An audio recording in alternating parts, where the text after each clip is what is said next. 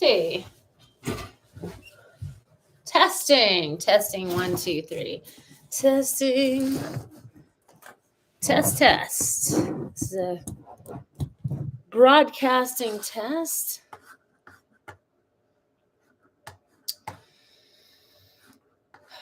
Let's see here. Here it is. Yes.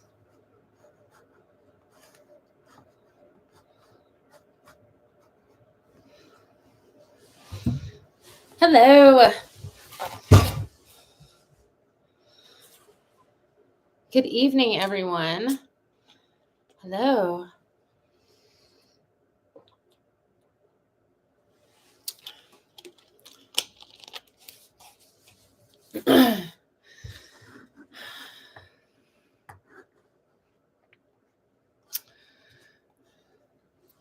Testing. 1, 2, 3.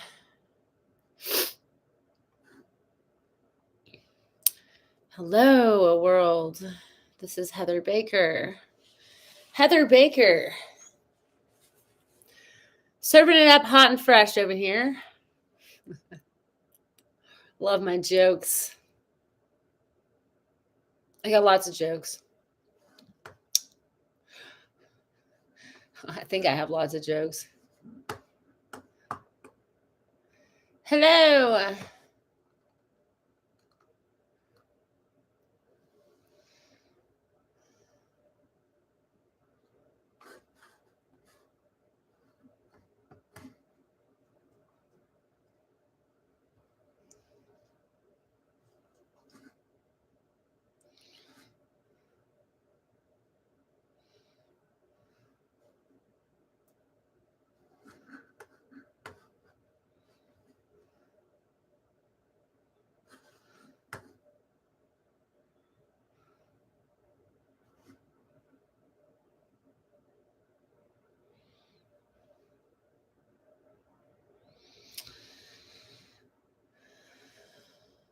Hi. Hello. This is Heather Baker, the mother of PV2 Caleb Smither, who died 3 years ago this month. Today marks the day that I was notified 3 years ago. Yeah. First thing right out of the chute at 6 o'clock in the morning.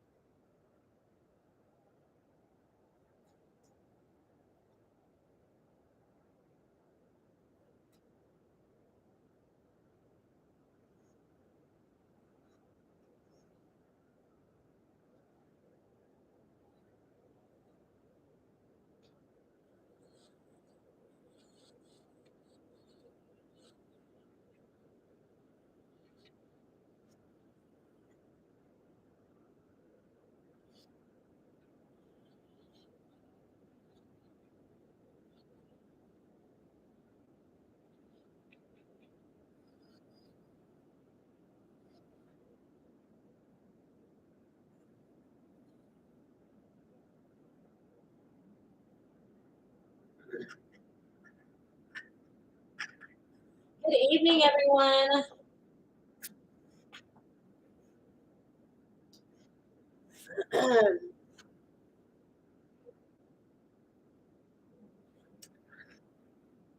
This day marks 3 years since I was notified that Caleb died. 3 years, and we still have no answers. We still have no justice. We're still sitting here in limbo. Um, we have a medical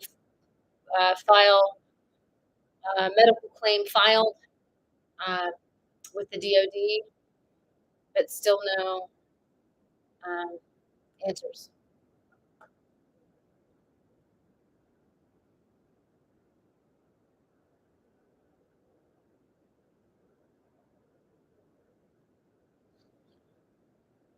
And so, yeah, so like today is that marks the year 3 um, that I was notified that Caleb died. And to be notified that your son is deceased is a horrifying, um, like experience. Um, it's like having cold, icy water, like knives thrown into your heart. And even though you know that they've signed up, to go into the military, and you know what they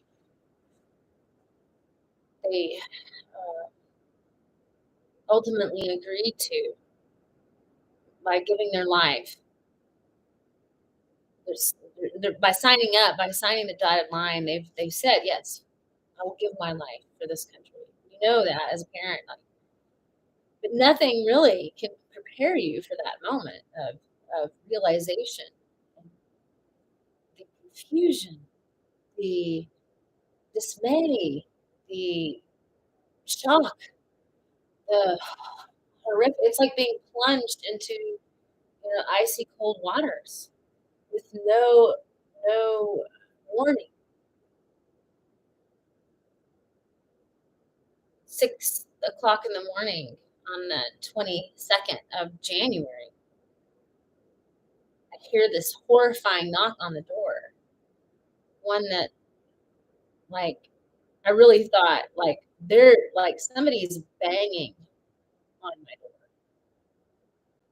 and it's like 6 o'clock in the morning, right? And I'm getting ready for work. I mean, that's terrifying. We live in an area at the time that was, we'd get people walking up to our house asking us for rides and stuff, like it's a fairly good part of town, but it also was in the middle of town, and just you have a lot of folks. And so anyway, I was banging on the door, and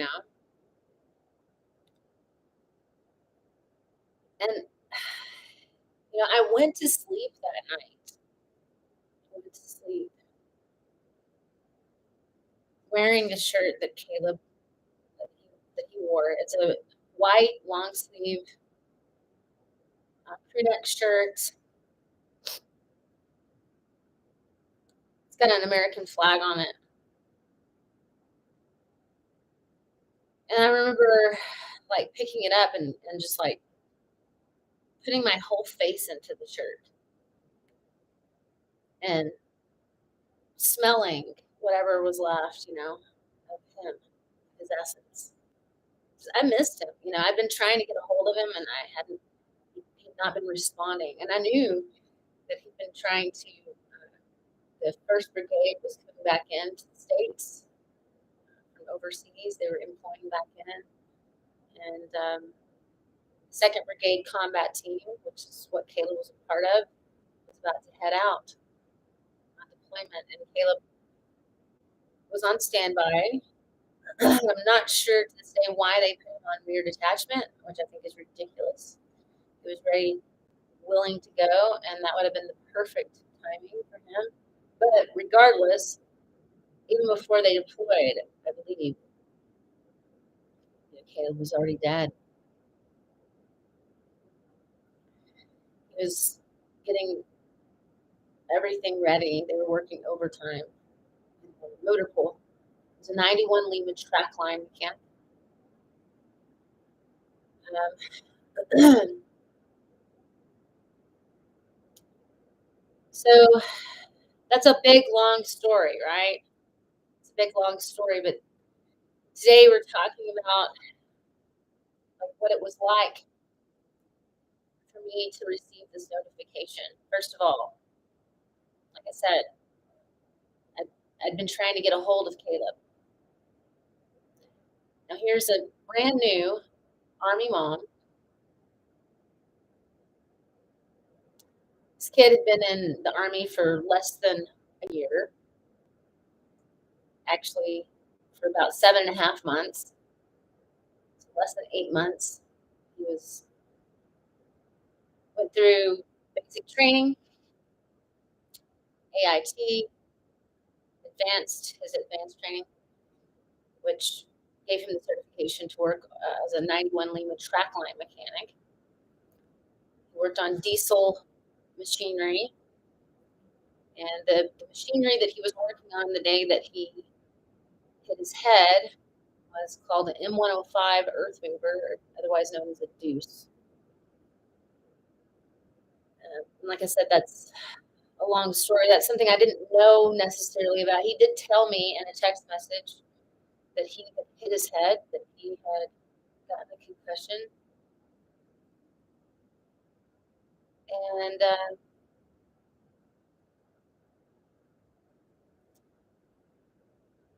he didn't try to make it sound like it was a big deal. Um, I wish that he actually expressed more of a big deal to me. I think he was trying to hide it from me. He didn't want me to worry. Uh, I think he found out really quickly that he was in really deep trouble. I'm not sure if he ever knew when that was. I wonder. Um,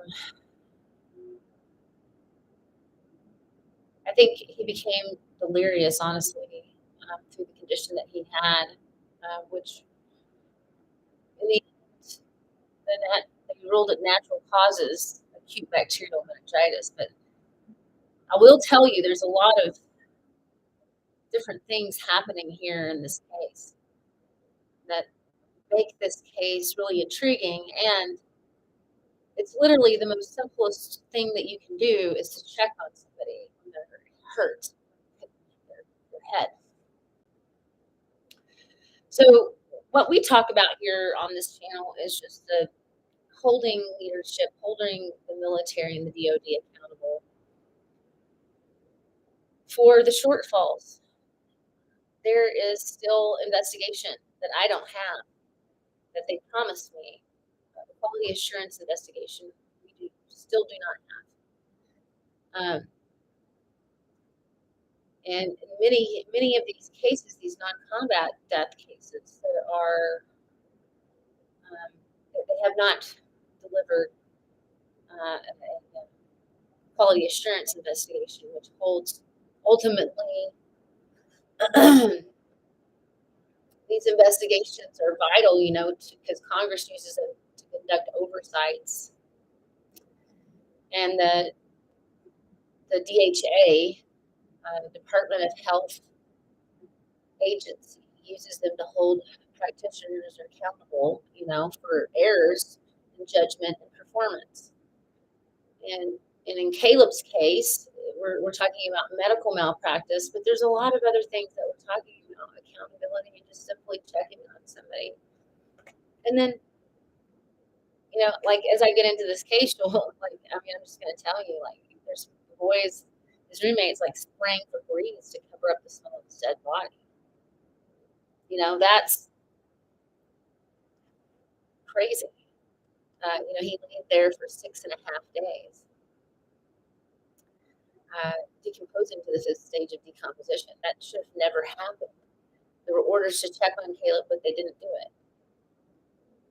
Um, so this, and then this channel has a lot to do with just holding people accountable and building awareness around these non-combat deaths.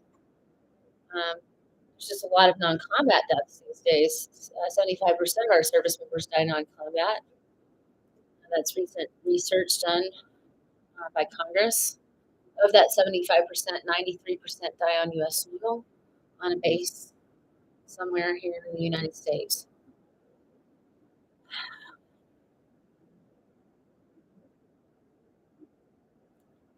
So this day, 3 years ago, brand new Army mom, fully proud, proud of my son Caleb, proud that he wanted to serve and just trusted. I didn't want to be a helicopter mom, and that's one thing that I would say. If anybody is a parent, you are considering having your child go into the military, I would definitely be a helicopter mom, dad. Check on him, like overly. Don't be crazy annoying, but like have a balance. Like you guys need to understand. You guys need to know about these non-combat deaths that are happening. Staggering rates. It's shocking, and there still is no answers. A lot of these kids these days are dying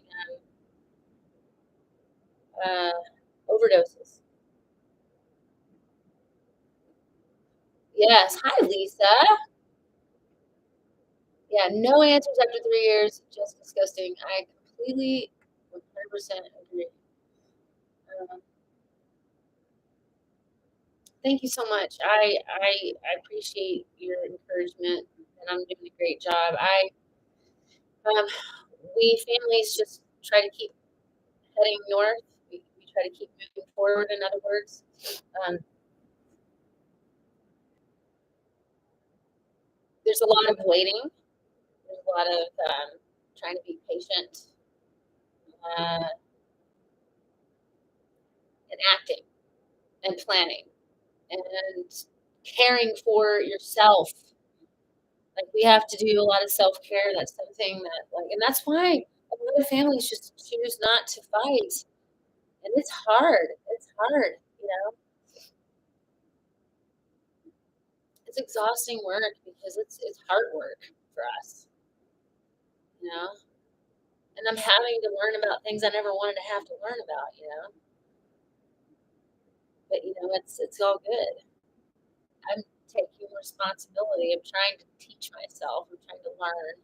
Trying to take advice from people that have gone ahead of me and have been able to have ear by Congress.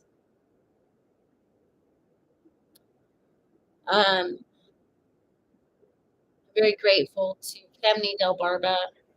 Very grateful to Terry Caserta.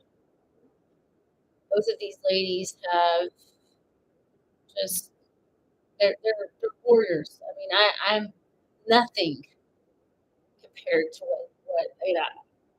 what they have done and what they continue to do for their service member. Camny, she, her son Dennis is still alive, but he's a wounded warrior.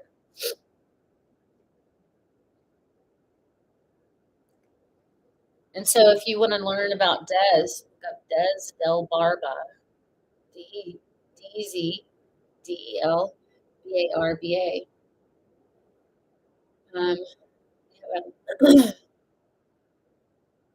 A website called I think it's the Wounded Warrior. Oh no, what is it? If you go to Facebook and you look up Des Del Barba,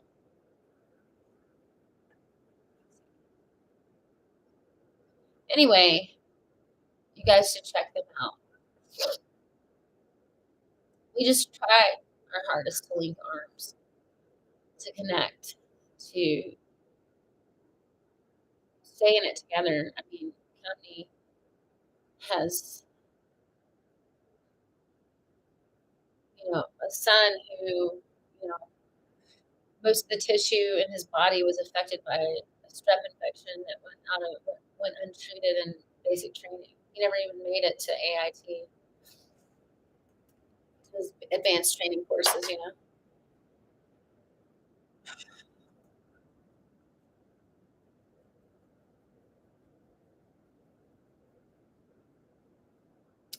So I'm grateful for Comni, for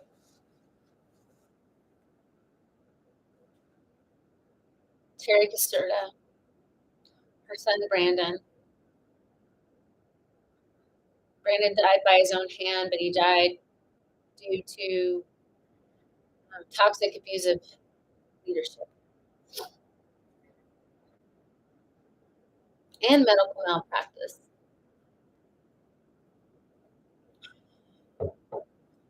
Started with that. Well, I mean, that's a long story, and you can delve into that one too.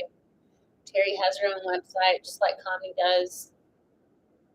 Um, they all have Facebook pages.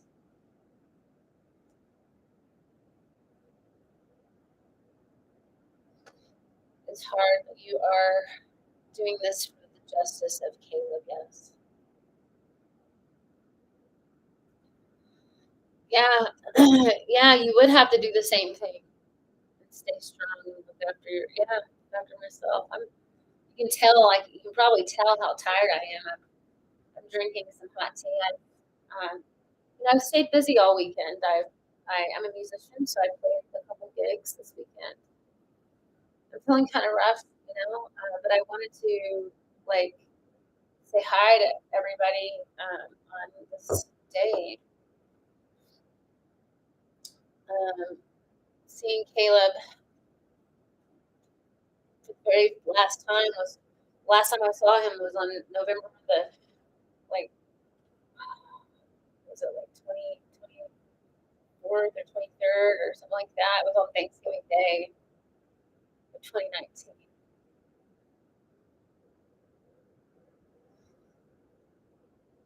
And I remember getting to go back and watch his plane take off because they let family sometimes, if you're, mom or something like that, they'll let you, or wife, girlfriend or whatever, they'll let you go back.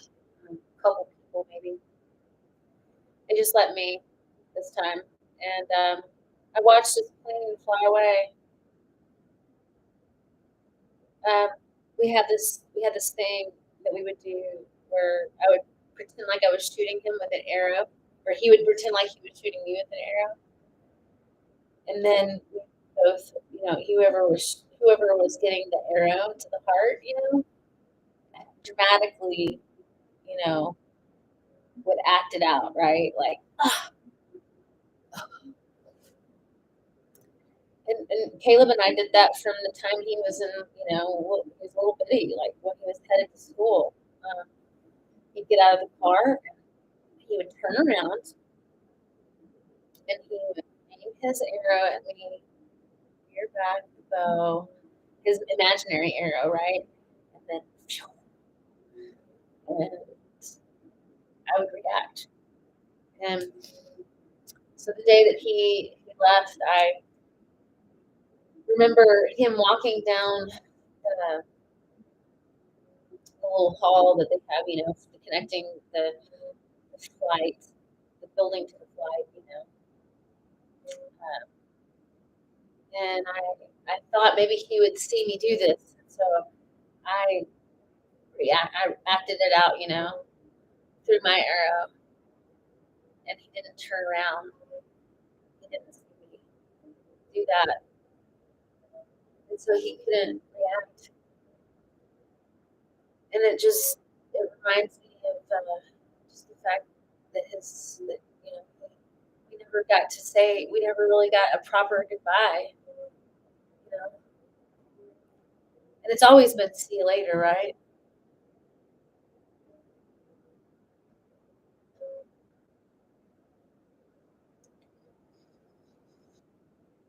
So, uh, the morning of the 22nd is the day that I found out about 6 o'clock in the morning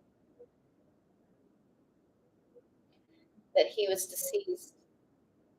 That horrible sound, that horrible knocking that came at the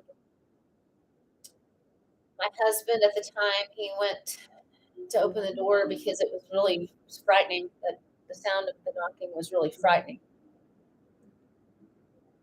It was an urgent sound,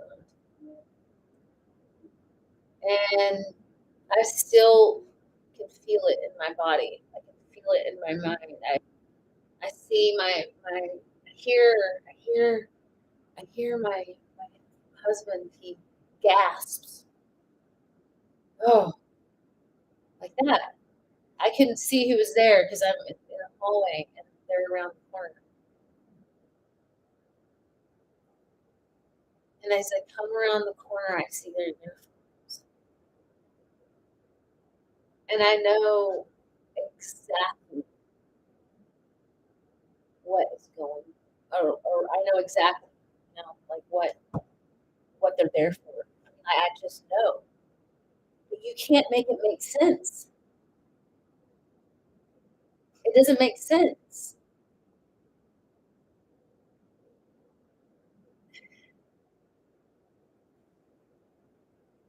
Like Thanksgiving Day, 2019, last day seen, January the 21st, he is discovered in his he's discovered, and I didn't realize this until after 10, well, I'm sorry, after I'd say like 6.5 days, 7 days. Um, they told my casualty assistance officer on, you know, like day 6,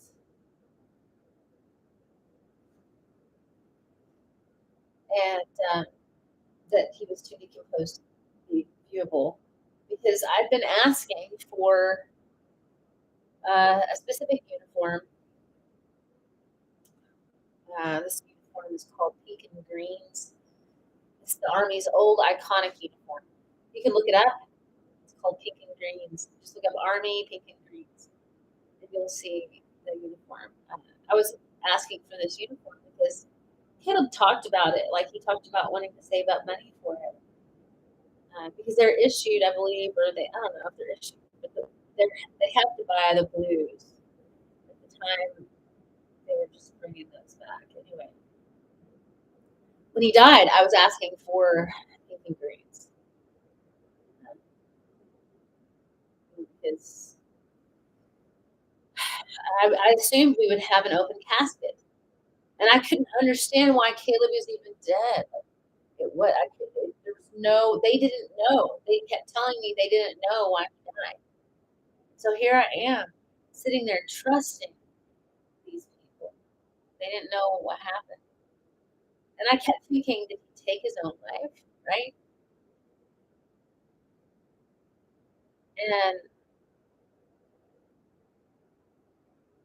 I couldn't make that make sense because he loved life and he loved all of his friends and he communicated with people all the time, mostly on Snapchat.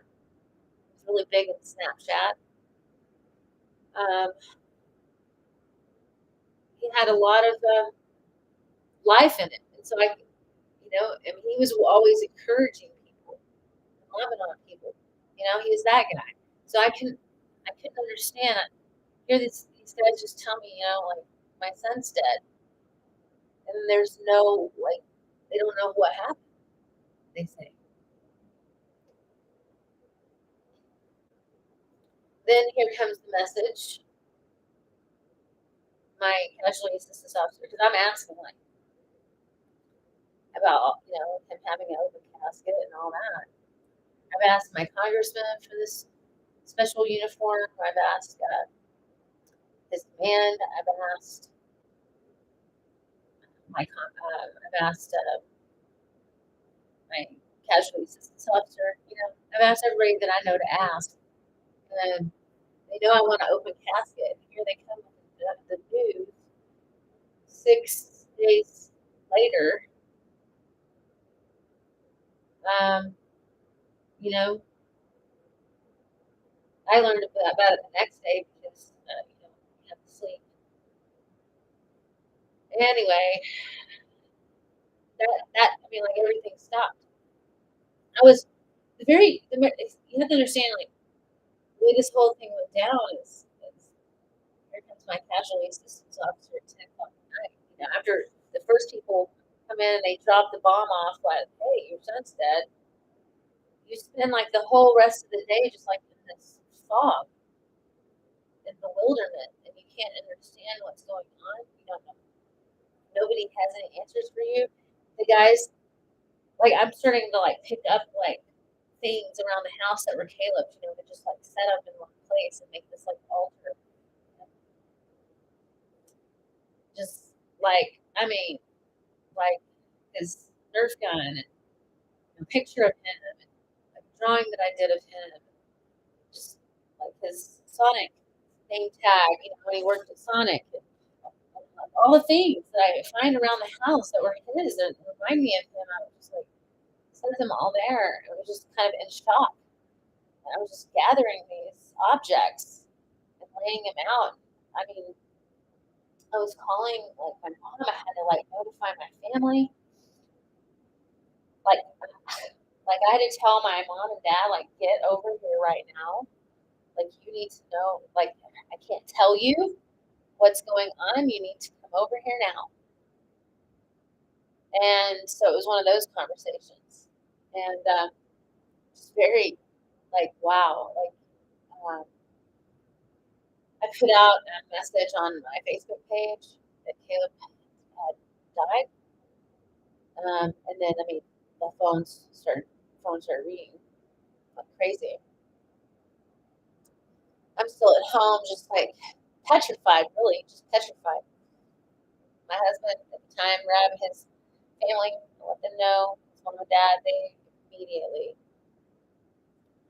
they immediately get to Lubbock. I mean, they're a day away from where they were living at the time, and they made it to Lubbock as fast as they could.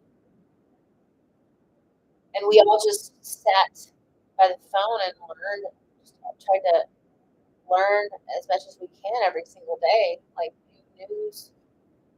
I mean, where do you start? Like, my casualty assistance officer was wonderful. He finally got there at 10 o'clock at night.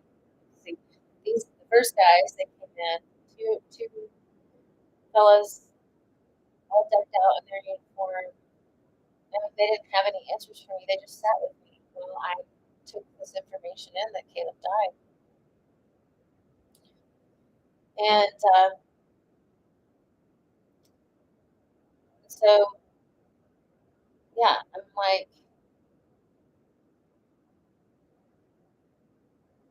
in complete shock.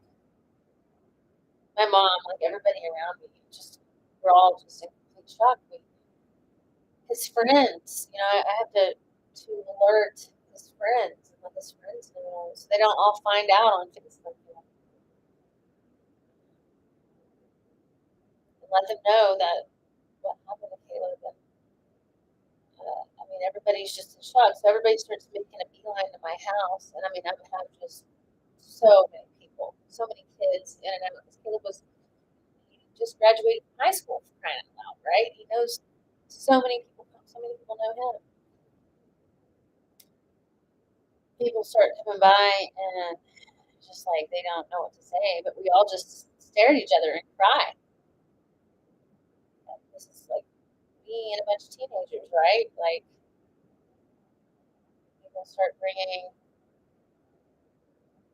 things, food, paper plates, napkins, things. I can't eat. There's no eating for me. I lost. I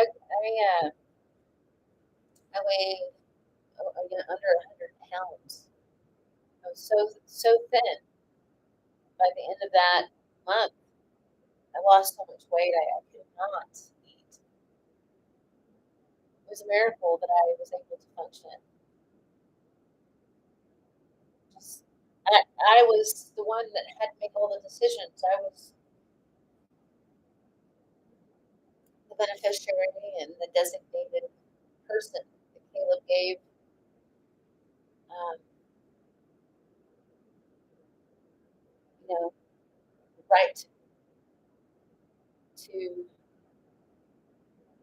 his belongings and his will, basically, his last will. Um,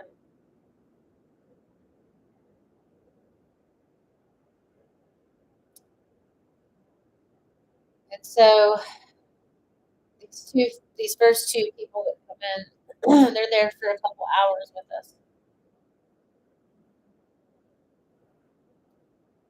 We got Caleb's one of his girlfriends and her family there. Her dad was a veteran. He's a veteran, and so he's just like, "This is crazy. This doesn't make any sense." Because I mean, what could it be? What could he have died from? We didn't know. I He did tell me that he had a concussion. He didn't try to make it sound like it was anything big. Just everything's unfolding. Uh, these two guys, they head back to Fort Hood because that's the closest base in Texas to where we are in Lubbock. And so they head off to Fort Hood, and they tell me that my casualty assistance officer, I didn't know who this was, I didn't even know there was such a thing, was headed to Lubbock. He got there around 10 o'clock. And the very first thing that he did was, you know, flip through a book and ask me which coffin I wanted, you know, and that's crazy. I had two choices. I had a metal box I could have chosen or a wooden box. And I chose the wooden box. It was natural and reminded me of Caleb. And that was the very first thing I had to do was choose what uh, box he was going to be in.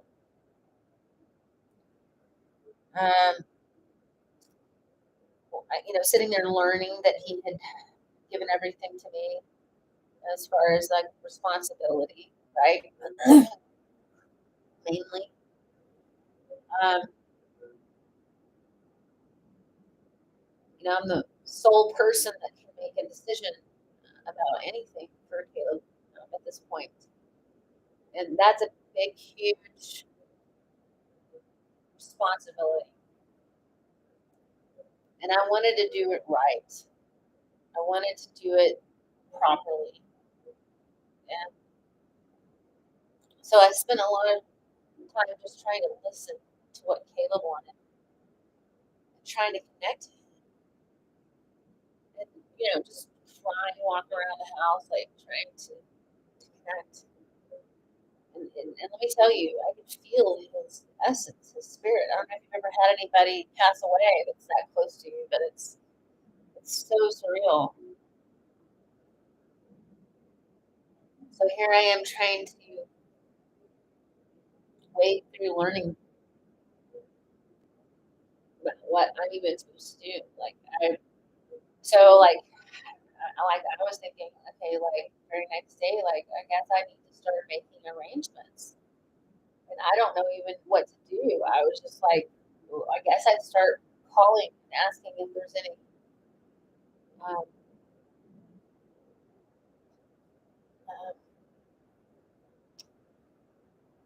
uh, like a military cemetery nearby. The closest one was like 3 hours away, 2.5 hours away. I just didn't want him to be that far. Um, he wanted to be home. I know. And so I chose to bury him here in Lubbock. cemetery that we have here in the middle of town. And, so yeah, I started calling and trying to make arrangements to go in and meet with the people there at the funeral home, like, and just talking to my casualty assistance officer, working through like day to day, just finding out more information.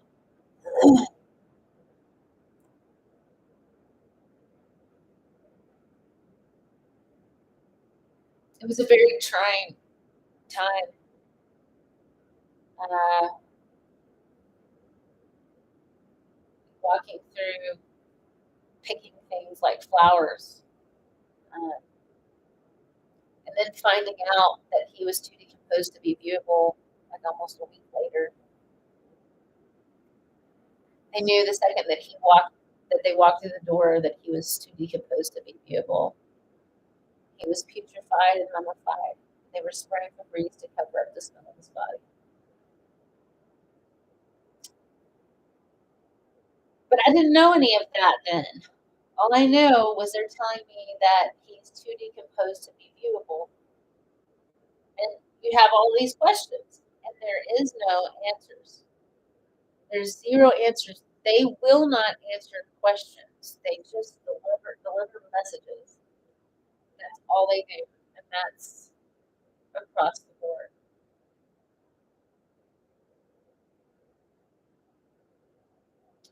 And deny responsibility. So yeah, so 3 years ago today,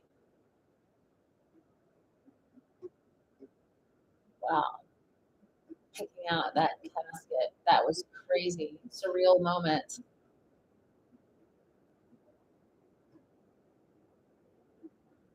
All the paperwork that went along with it, my house full of people that I didn't know. Caleb's body, they said that his body wasn't going to be home for like 3 weeks. And immediately, my friend Wade was like, "That's ridiculous. That can't be 3 weeks to get his body home." He's like, "I call bullshit on that." So we got a hold of my congressman that was a friend of his, and he calls me at like 10 o'clock at night one night and starts, wanting me to tell him what's going on. And anyway, Jody Arrington, he did help um, get Caleb's body home a little faster, and I really do appreciate that. Um, I feel like since then he's kind of stopped helping me pursue justice on Caleb's behalf. I know that he has a lot of things that I'm sure he needs to be attending to for our state, but I think that like under these circumstances of justice, fairness doctrine, all the things that bar us from justice, um,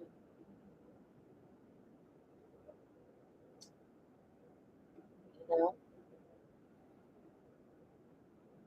there's a young lady that was kind of arguing with me earlier on my justice page on TikTok. She said something like, the effect that basically for me to watch myself, that before I'd make my public service announcements about, you know, she's like, because you can get justice, because you're not in the military. And I'm like, it doesn't matter, because I'm asking on behalf of my service member, so they will not give me justice. People even get so snarky, like, really, until you walk through it yourself and you realize what bars you, from justice, you just don't get it. When you do all the all the inquiring and finding out, then your jaw drops. You go, "Wow, what? This can't be, you know? Like, you need to take it from us. We have walked through it. We're walking through it now. Many families are not going to be able to get justice for their service members because of the Ferris Doctrine. Case law, yeah. So 3 years ago started this time. 3 years ago started a trail of tears in my life. Caleb's life. Every time I go up to his grave side, I tell him, I say, I'm so sorry for your loss, Caleb. I'm so sorry that you lost out on life, on the beauty of life. He had so much life at 19 years old. He was just getting started with his life. So I tell him, I'm so sorry for your loss, Caleb. And that's my deepest sadness. One of my deepest sadnesses. The other deep sadness I have, I think, is the fact that he died alone on the floor. And he died in agony. And I know he was in agony because I heard a voicemail that he sent to another private out there at Fort Bragg that he was working with the day that he hit his head on that trackline vehicle and sustained the concussion. That the military, I don't know why they won't acknowledge the fact that he hit his head and that the accident had something to do with his death. They're saying that the acute bacterial meningitis that he got didn't come from the head injury at all. But yet, the lady that did the toxicology report says that it would raise red flags at the command that no medication for any other service members was needed. Prophylaxis medication was needed, you know, for these people. So it would raise red flags at the command. What really happened to Caleb? Did he get the shit beat out of him? And then a setup of, oh, this is acute bacterial meningitis. I mean, you can plant almost anything. I don't know. Like it says in his CID investigation, that it sounded like perhaps his body had been moved a little bit. And he dies on the floor with a blanket perfectly over his lower half of his body, like, and he's naked, right? And then a lot of the decomposition is happening on one side of the body. Like, did he? I don't know. Like, it just raises a lot of questions. And I don't know. I don't know. But I do believe that there's a lot of things in this investigation that should have been reinvestigated. And I do believe that Congress needs to reopen Caleb's case and do a congressional investigation into this case. I think there's a lot more to uncover in Caleb's case. Perhaps this is just, beginning, just the brink.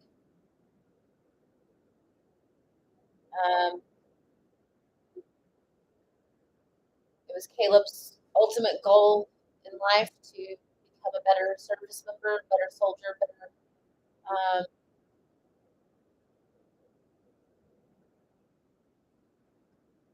track line mechanic. He wanted to learn how to be a better soldier. He mentioned that in his paperwork that he did initially, in his initial counseling forms. It was really amazing to see that proof of his drive, and what he wanted to be. He wanted to be the Rangers.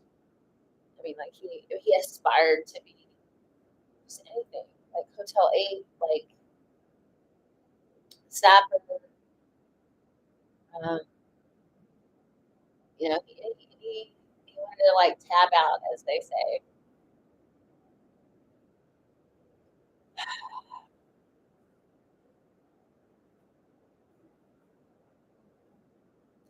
The whole military system, is about accountability and checks and balances. Yet there is no really follow through, it seems, a lot of commands. I do believe that there are good commands out there, there are good leaders, but I do believe that we need to hold leadership accountable. Um, we need independent investigations. Anybody have any questions? I appreciate you guys listening. Feeling kind of rough right now, just to be honest. I'm kind of feeling kind of sinusy, you know. I've had 2 gigs this weekend, so I sung a total of 6 hours Friday, I'm sorry, Saturday and Sunday. Played brunch this morning at this really nice restaurant downtown Lubbock.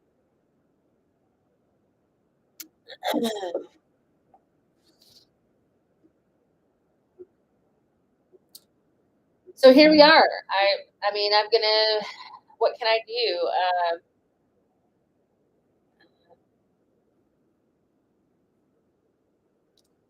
Caleb is such a beautiful kid. You know, I gotta keep pushing and pressing forward, pressing for answers. Um,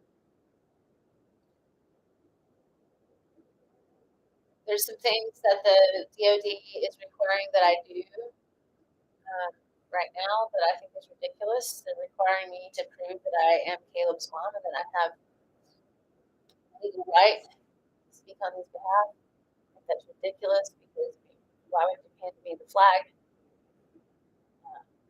Why would you give me the flag? He'll sign off on literally every paperwork that you guys have for deployment, making me the beneficiary to his dang life. Then you're going to try to make me prove that I have legal right now because I filed a medical claim for medical malpractice. You JAG officers over there representing the DoD and their benefit. Yeah, they're just trying to throw a cog in my wheel. Sorry, I have a hard time not talking about things, but because it.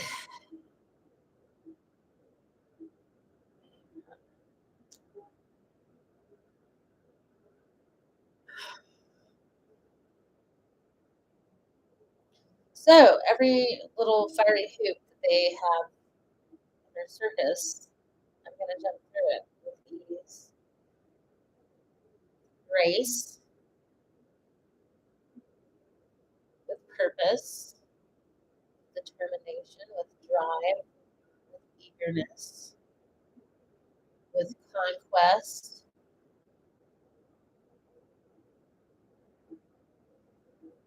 and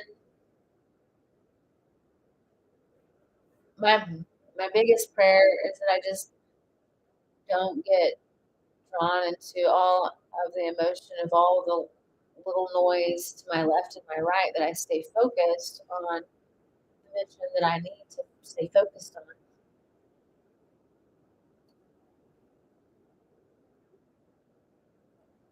I'm going to be sending out letters to Congress explaining the situation, Caleb's case, and all the many different uh, situations that have not been fair or right in Caleb's case, pointing those out in the letter, asking Congress, the whole purpose of the letter is to ask Congress for a congressional investigation to reopen Caleb's case.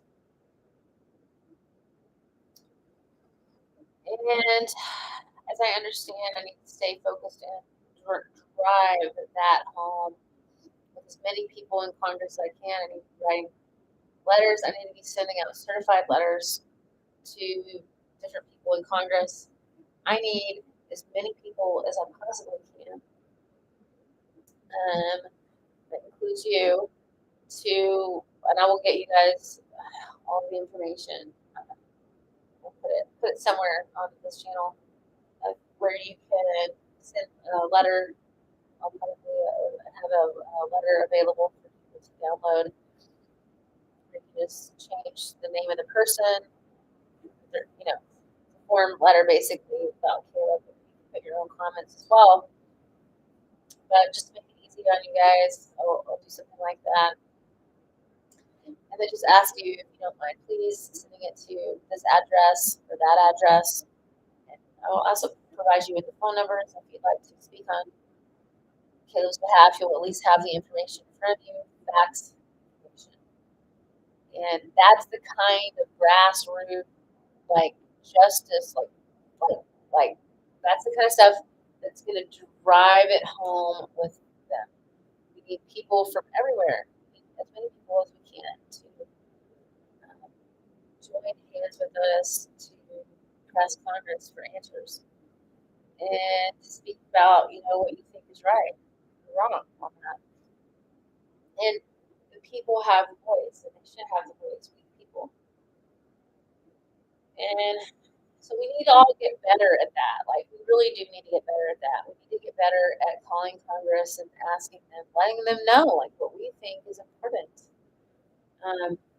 Let them know, like, what's going on in our society. So not just Caleb's situation, we're talking about, like, we need to be telling these legislators, like, what we need and what.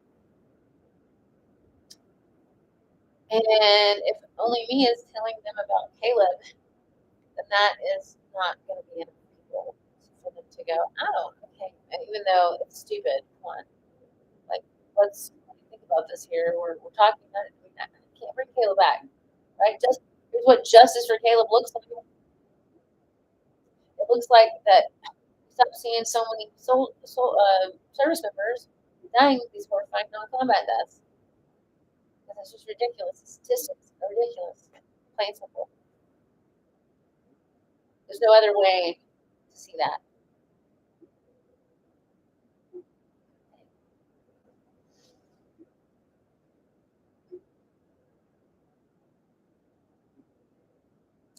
So, does anybody have any questions?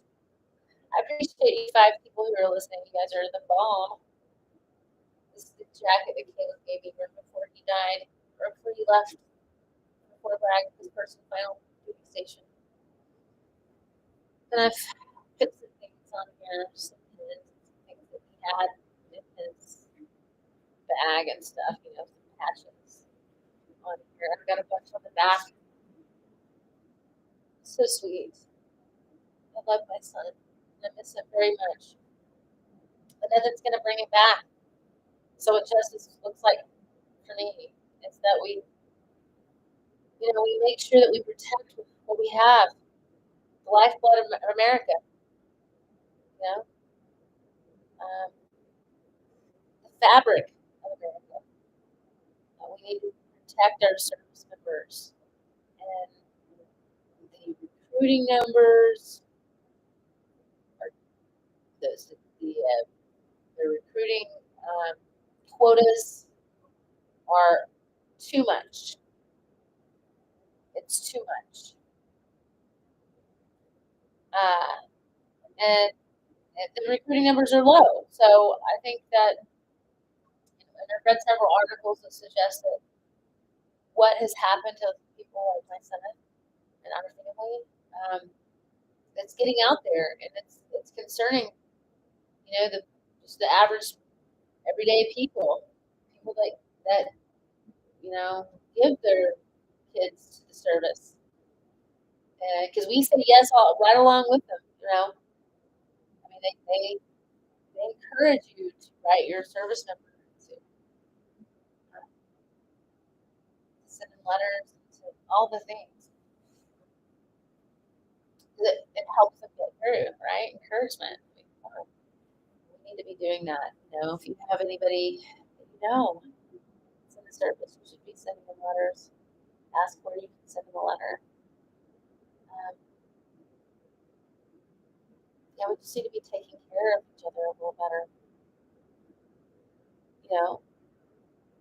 Being even more neighborly. I'm a big Mr. Rogers fan,